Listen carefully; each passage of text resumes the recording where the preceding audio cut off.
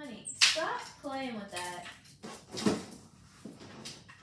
He's gonna come soon. Hello, child. What seems to be the problem? Hurts. What did you do to your knee? I don't know. It starts hurting at gymnastics. I believe you might have some patellofemoral pain. What is that? That's the tendon that's on your knee and your kneecap. So let's do some assessment to try to figure out what might be causing the pain. Okay. So let's start out by having you do a single leg squat. So if you don't mind just standing up, good, and then I'll have you squat down with one leg. Oh no, the child has fallen. Let me do some research to see if there might be some better things that we can do to help. There's no research on children with patellofemoral pain. Not enough anyways. So what should I do? Let me call my good friend Dr. Bogla and see what she thinks that we could do to try to help. Hello, Dr. Bogla. I have a child with patellofemoral pain. What should I do?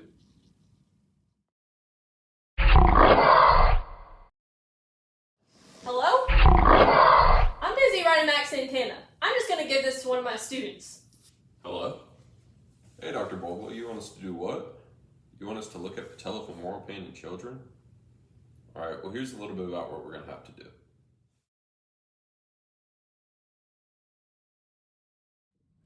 We want to do a scoping review looking into the management of patellofemoral pain in children and adolescents.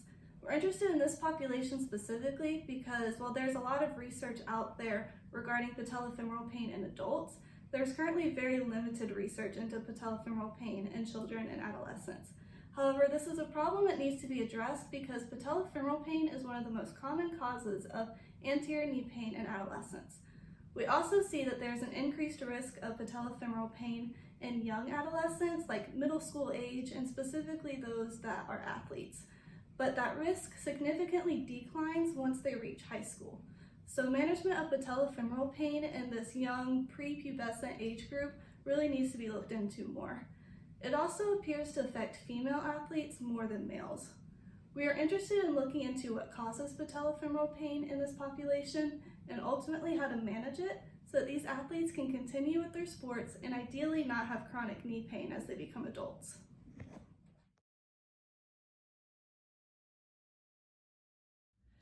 Some questions that we have currently based on the gaps in the literature are why are adolescent athletes at greater risk for patellofemoral pain, and how does prepubescence play a role in that?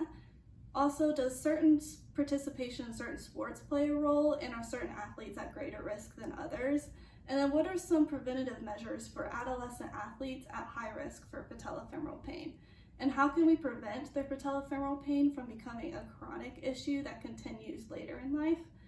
And then ultimately, we want to know how is management of patellofemoral pain in adolescents different from that of adults? So as you can see, we have lots of questions, and as we dig deeper into the literature, we hope to find some answers, as well as determine some areas that need further research.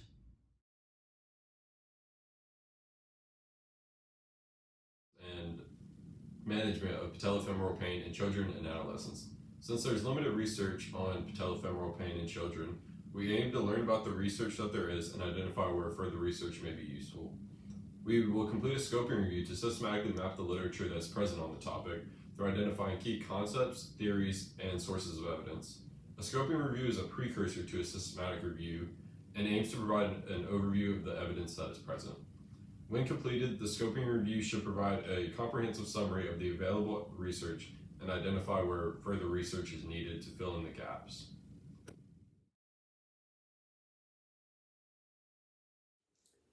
As stated, the aim of our scoping review is to identify the causes and interventions that may help manage children with patellofemoral pain. In order to conduct a review of the literature, we will use terms such as patellofemoral pain, anterior knee pain, children, adolescents, causes, and management as we look to find the existing literature that is already on the topic and identify gaps in the literature as well. Since this is a scoping review, there are no independent variables which we'll be altering for our research. We will simply be looking at the available literature and comprising a comprehensive map of the evidence that has been found.